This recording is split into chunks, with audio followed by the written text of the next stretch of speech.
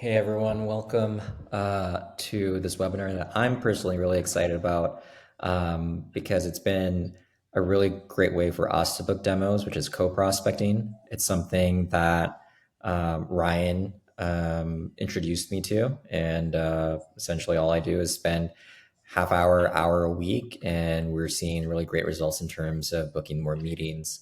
And so I'm really excited today to help you understand whether co-prospecting is for you, how you can implement it, and show you a couple of very practical ways in which we've been doing co-prospecting both via email and on LinkedIn. With that, I'm going to hand it over to you, Ryan, if you want to introduce yourself and help people understand like what is co-prospecting, how you came about it, and why you brought it into Letterdrop. Yeah.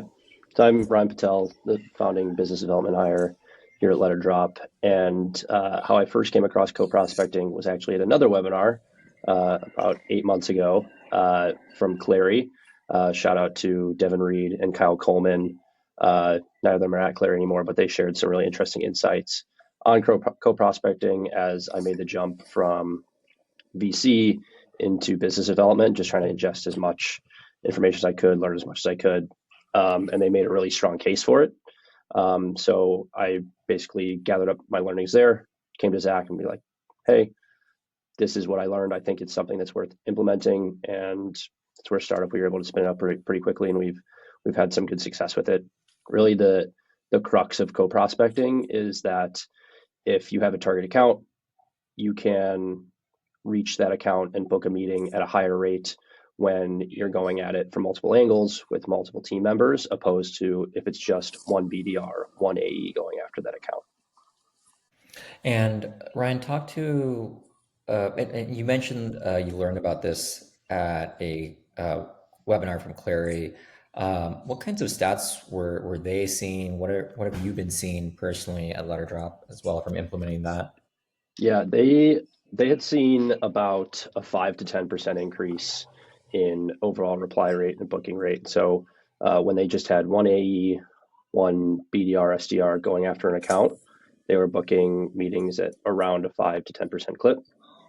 And then when they were going at an account from multiple angles with an AE and a BDR, they were booking it anywhere from a 15 to 20% clip. And then when we implemented it internally, uh, we did the initial campaign with you, Parthy, just at content leaders. The initial results were pretty crazy. I get a little bit north of a 20% reply rate on LinkedIn, but the first 30, 40 prospects that you reach out to is almost a near 50% reply rate. And I think that speaks to the power of having a CEO just prospecting on LinkedIn. I'd say as the sample size has gotten larger, the 50% reply rate maybe has come down a little bit from its ridiculous highs, but definitely still a tangible increase. And there's a reason I have 30 minutes on your calendar every week to share the accounts I want you to go after with the scripts I want you to use. Yeah, and I can jump in to add some there. I think the important piece, and I know you'll touch on this later, Ryan, is that it takes two people, one person to go after somebody above the line or at the executive role. So it doesn't have to be Parthy or a CEO. It can be your sales manager, VP of sales, director of sales, maybe sales engineer, someone that has a little bit more experience and can target the executive level, and then someone to go below the line as well. So it's a two-prong approach. It doesn't necessarily matter who is doing it on your team. The important thing is that you're going above and below the line. And Ryan, I'm sure you'll touch on that here soon. Yeah, no, that's definitely a good point, Zach. And I think that's one of the benefits of co-prospecting is you can utilize the strengths of those different people. Like if you're working with a VP of sales, a director of sales, maybe a more senior AE, those folks are going to have more experience talking to executives, people with decision making power, while maybe like someone who's focused on business development all day is more adept at doing account research and setting up the infrastructure that you would need to co-prospect and things like that. I think that's how we found success is like when I have done co-prospecting with Parthy, the advantage of using Parthy is he has a really strong brand on LinkedIn. Our ICP knows who he is, and we can leverage that. but I'm in the trenches doing prospecting every single day. And so my strength is in doing that research, writing the talk tracks, writing the scripts. So I'll load all of that up for Parthy. And then Zach, when we've done it, we do it a little bit differently where we'll basically segment out the account above the line prospects, below the line prospects, because you have more experience talking to decision makers in a closing role. And that's how we sort of separate the responsibilities. It's basically based on time commitment and areas of strength. In terms of a practical implementation of this, right? Let's say some of the folks listening to this, they're just like either like an IC BDR or they're a manager trying to figure out how to implement this. How did you go about having that conversation with Zach and actually getting it off the ground? Like, what are the actual steps in terms of list building, figuring out which accounts within or which individuals within the account each of you is going after, messaging, timing, all that kind of stuff? Yeah, I think the first thing with pitching it to Zach and to you was, hey, here's like some data on why I think this will work. This is our strategy. This is the amount of time that I think it's going to require from you guys. And I think implementing this at any company has to come from the business development side, because your head's on the chopping block for generating outbound pipeline, to put it crudely. But I'm making an ask of you guys to spend your time co-prospecting into these accounts with me.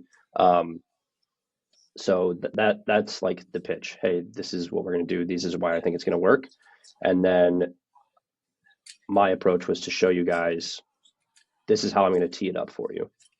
And I think that's the most effective way, where the BDR, business development team, is going to be doing most of the work. Yeah. That's the most realistic implementation. And I think a quick caveat to that is, in this structure, in terms of like who gets credit for these meetings, it has to be on the business development side, because they are doing the majority of like the research, the planning, and it incentivizes those people to, or the business development team, to actually spend time on co-prospecting. Like, would a BDR be spending time on co-prospecting if when a meeting got booked, like it was, they got credit and commission for it? Probably not. So you want to incentivize the team correctly. I can also share my screen to show like the quick and dirty, basically, structure of how I both did this with more senior leadership and then with an AE, like practically how we implemented it on a week-to-week basis. Yeah, and just real quick, as you pull up your screen, Ryan, just to share it from like a sales leadership or player coach perspective, like our favorite question to ask is like, hey, when is this deal coming in? Or what is the update on this deal? Or what's the update on this meeting? Or you talk to this person on a cold call, what happened to it getting booked? And that usually ends with, hey, how can I help you? What can I do to help you or empower you as somebody on my team? This is the perfect answer to that. It's not like, hey, can you send an email, or can you get looped into this sales cycle? Like, this is a great example of practically when you're getting asked and peppered with questions about pipeline, about meetings booked, and then they ultimately ask you, hey, what's my role in this? What can I do? Insert co-prospecting. So I thought that could be something to bring up too, and a good way to sell it, right? At the end of the day, that's what we're doing. Yeah, for sure. All right, so I'll pull up.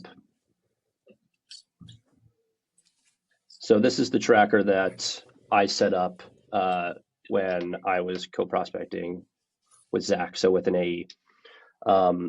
So basically the structure was, every single week we were going to do 5 new accounts. You can see like we separated out by week. And each account, I would plan out every single prospect that we wanted to reach out to. I would take the folks below the line. So that was John, Ben, Jane, and Justin, and Zach would take the folks above the line. So all of this research here, the BDR is going to do. So I would do this. I would do full account research, come up with some basically bullet points on what I'd found, and then research on each individual prospect. So this is just an example that I set up to show Zach how it was going to work. But like when I was reaching out to John, I would accumulate research on like blogs he's written, LinkedIn posts that he's created, And then that's more specific.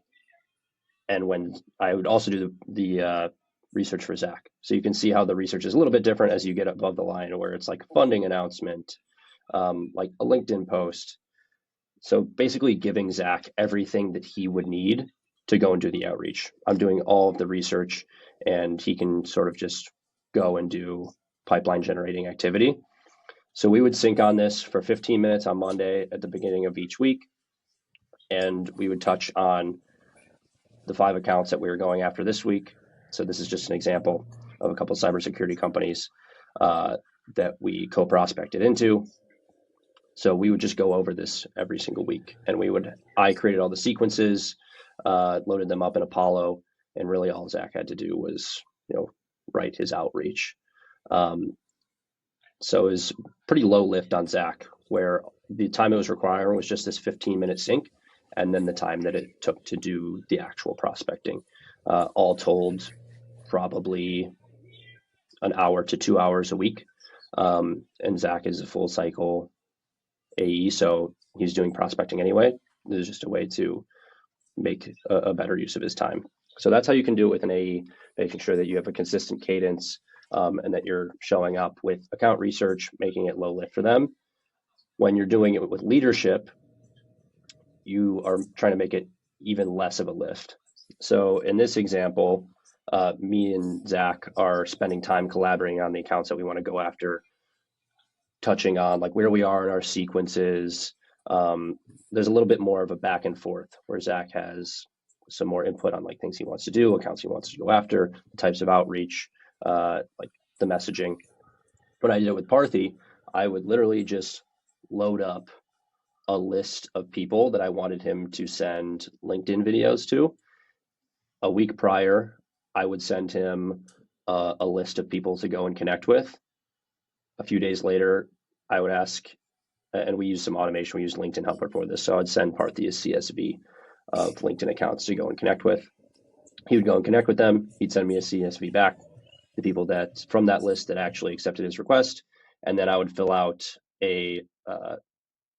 this spreadsheet here. So it's just name, company, role, and then I would basically write the script here. So he would just go left to right and basically read this. And our structure is observation, problem, value prop, and then CTA. And he would just go through and read it left to right, create the videos, and that way he would just I had 30 minutes on his calendar, and he would just rip through around 8 videos every week that were basically preloaded for him. So he didn't have to do much work. And then we also tracked if they were sent, if they were followed up upon, and if they were replied, to make sure that we were doing the best outreach that we could do. So that's sort of the structure we set up. Yeah, and I would say time commitment, at least on my end for it, was probably even less than an hour since I had all of the research. We had the templated sequence ready to go. Ryan, you had built that out. It was really just plug and play. If there's anything additional that I wanted to do, like some best practice things like adding a PS or any sort of additional personalization, that's what would take me a bulk of the time. But really, when you have the reason why you're reaching out, a pain point that's relevant to them, something personal to the actual recipient, you don't have to do much, especially if you have a little bit of experience in sales, like a lot of us do on this call. So yeah, less than an hour, really easy. Ryan made my life very easy during that time. Yeah, I think another important thing is to start off with like a reasonable amount of accounts to go after. You don't want to bring this to your AE and be like, all right, we're going to do this with 25 accounts this week, and then they're like, whoa, that's like going to be a ton of work. We'll start with 5, go from there. I feel like a lot of people are really concerned with, how is this strategy going to scale? I was talking with an AE at a different company this morning, talking about some of the outbound that we do and our strategy and process behind it. And we're very personalized. And he was like, okay, like how does this scale? And it scales a little bit, but like kind of my answer was like, it doesn't scale that much. And that's sort of the point. Like you want to do really high quality outreach, and it only has to scale to a certain level for it to be effective. And I think that's where this falls. In terms of getting started, so you'd mentioned how you approach this with leadership. How do you actually go about starting to execute on some of this? Do you load them up into a sequence? Do you have one pre-made? Like, what are the actual blocking and tackling of getting this stuff, all the research that you've done, into motion and acting on starting to get meetings from this? Yeah, so for if I'm working with an AE, so if I'm working with you, would go and create sequences. Like all you have to do is take these people, put them in a sequence, and then execute the steps. With leadership, I think it's unreasonable to ask them to execute like a full sequence of outbound. When I co-prospect with Parthy, it's just connect, and Parthy's posting on LinkedIn every day, so it's a connect about a week before they're going to do outreach. They're seeing Parthy's thought leadership in their feed, and then a week later they're going to get a personalized video and then a follow-up, and that's it. Not like a 12-step sequence where you're asking a ton of your leadership. I think that's a recipe for your co-prospecting implementation to kind of fall flat. Yeah, makes sense. I think this is a strategy that's been very successful for us, and that's kind of why we're pushing it. I feel like it's pretty straightforward to execute it if you get buy-in. Thinking back to when you first started and maybe some of the success we've had now, is there anything that you would have done differently or said or advised anybody starting this not to do that we did?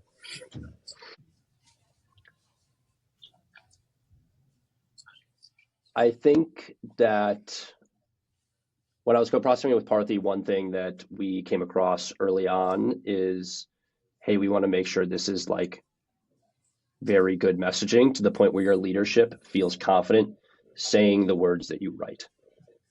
Mm-hmm. Like they're an executive, in Parthy's case, the face of the company. And when he's sending videos to prospects, we want to make sure that messaging is really dialed. So making sure that your messaging and the reason for reaching out is really dialed is important. You don't want to just be blasting anyone who's in your ICP. Whenever we would do co-prospecting, it was based on a specific signal and trigger so that we had a real reason and some sort of real signal of intent as to why we were reaching out to them. I think that was one thing we had to tackle. And then I think co-prospecting with an AE, really making sure that you are starting small with your number of accounts. Because even like 5 accounts doesn't sound like that much, but if you have a sequence that lasts 2 or 3 weeks, all of a sudden in week 3 you have 15 accounts that you're co-prospecting into because that sequence has run for 3 weeks. So making sure that when you start, it's a manageable workload. Yeah, and I can share from my perspective how easy it is, like, or at least what I need to be doing. And Ryan does handle a lot of other stuff for me. So just sharing my screen real quick.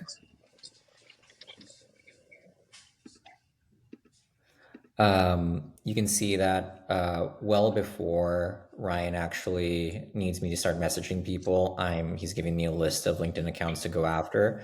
I'm putting all of those into Linked Helper, connecting with them. And essentially, like once I'm connected with them, I'm just essentially DMing them with the video message. As Ryan showed us earlier, he makes it really easy in terms of stating the observation, the problem, and how we might want to help them. I'll add any sort of personalization if I can, and then we're kind of off to the races over here. And honestly, this takes me about, I want to say, an hour to go through all of these every week. I'm very glad to do it, especially since Ryan's made it really easy for me.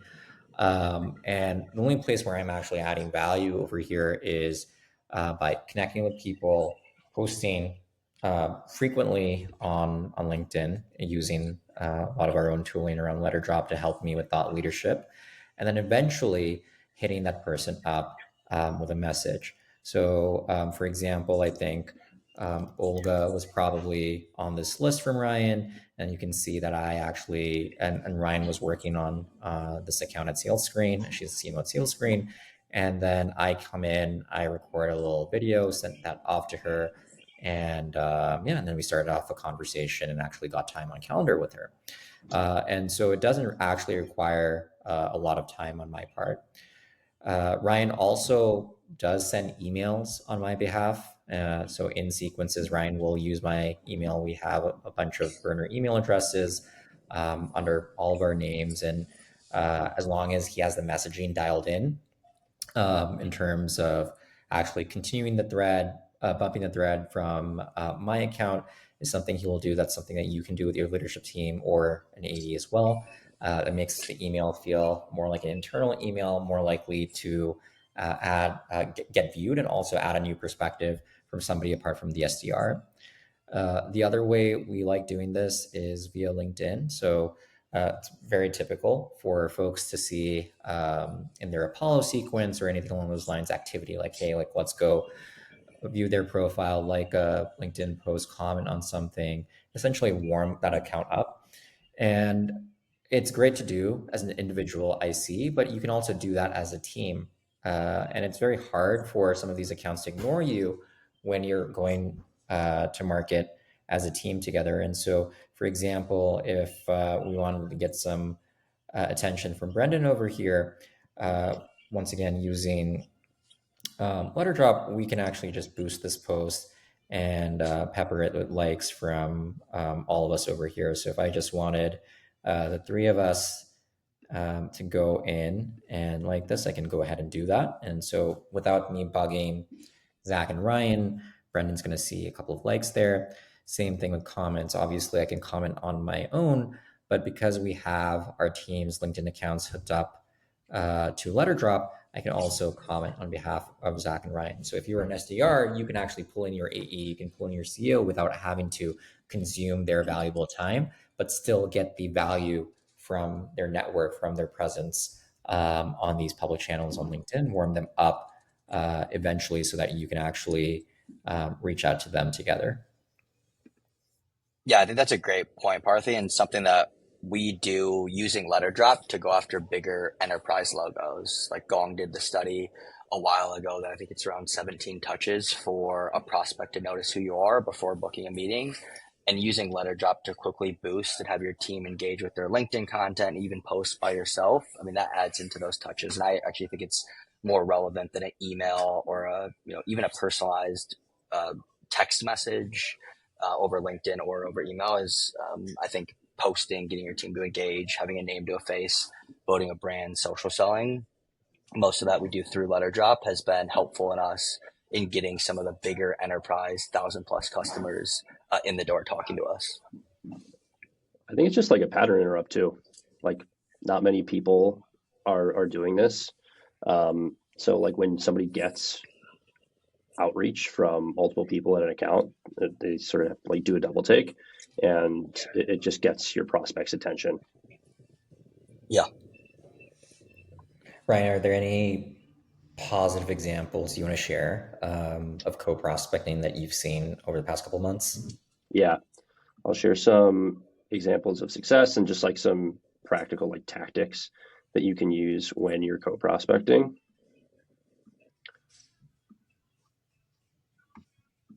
Let's load it up. So like right here, this is an example of using Parthy's email address to reach out to a prospect. So Parthy had gone and done the MKT1 AI showcase, and we reached out to some of the attendees because Parthy was the one that demoed the product. I sent emails on his behalf, and we were able to book a meeting with a VP of marketing from that outreach. I think co-prospecting works very well when it's like exec to exec, leadership to leadership. It's just much easier for someone who has the same title as the prospect that you want to book a meeting with to reach them.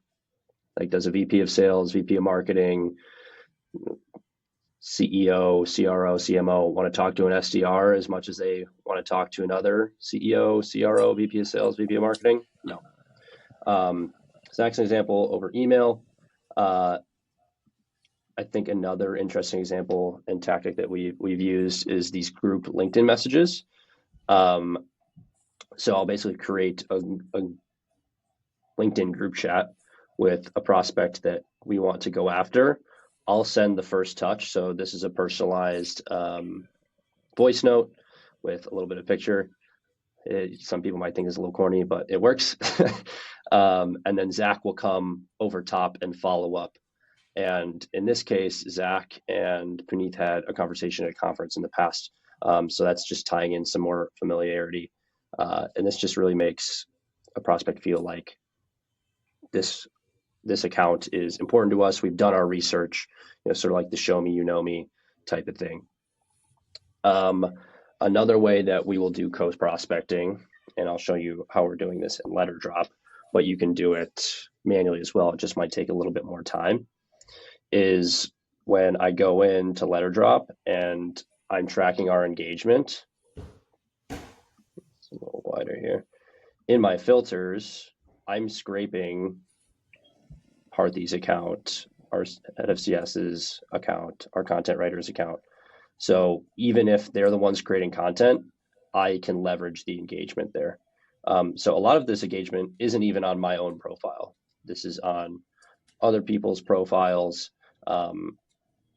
And I can go after those accounts by myself. If you wanted to take it even a step further, you could use the accounts that are engaging. Like say, I just wanted to make this only Parthy's account.